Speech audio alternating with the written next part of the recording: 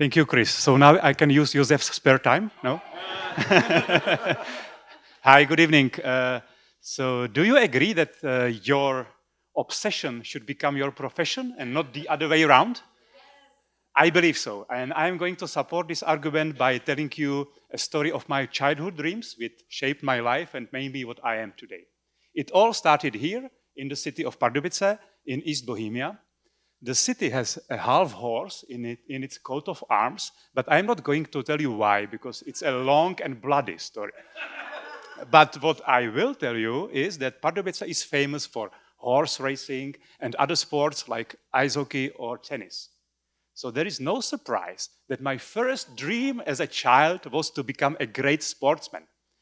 And the dream came true because I represented my country, the Czech Republic, in soccer.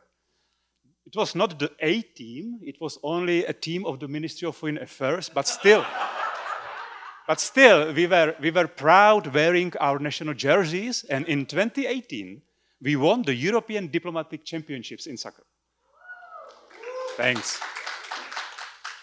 My second dream started with this gift from my parents. The globe had a bulb inside, so I could explore different countries even at night. And for me, European countries or cities were boring. I was more interested in tropical islands, exotic places, and countries deep in Africa.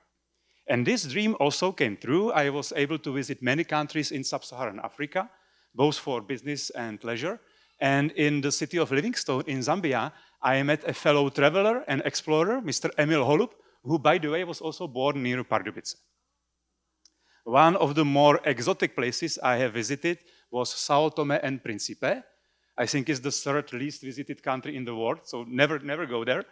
But do you have an idea why they have Einstein on their stamps?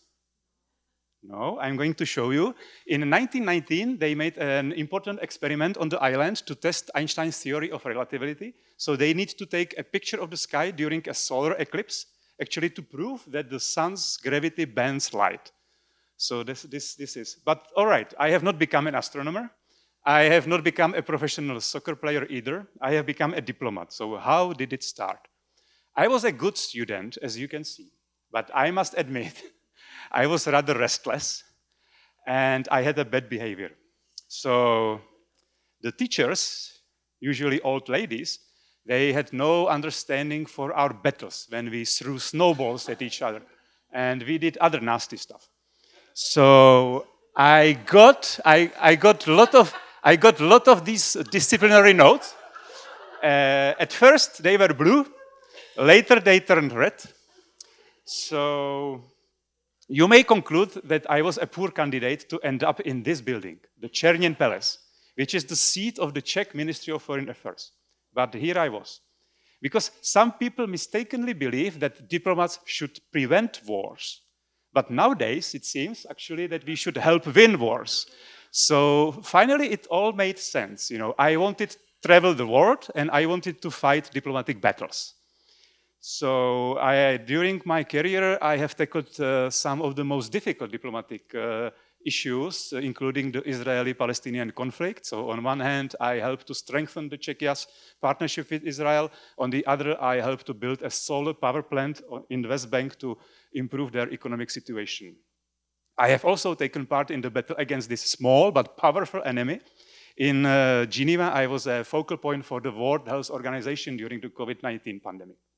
And thanks to my passion for tropical countries, I spent most of my time dealing with humanitarian and development aid. In other words, the fight against poverty. And as CzechAID, we did many projects in Mongolia, Cambodia, Ethiopia, to reduce child mortality or to help secure drinking water. And our philosophy was not only to build something, but to change people's lives. All right, 2 years ago, I moved here to this beautiful building in the New York City. And although New York is not located in Africa, I must say it's still an exotic place for me. And so even in New York, I continue to combine my passion for sports and politics. Last year, I met Martina Navratilova, famous tennis player, and I went jogging to Center Park with our president. I also continue to take part in the diplomatic battles, I hope on the right side, as demonstrated by several events we hosted in this building in support for Ukraine. And I have not forgotten my passion for traveling, as you can see from the many trips and pictures I took. So I have 1 minute. So this is my life in 6 minutes and my life in 6 pictures. I was really lucky that I have followed and fulfilled my childhood dreams.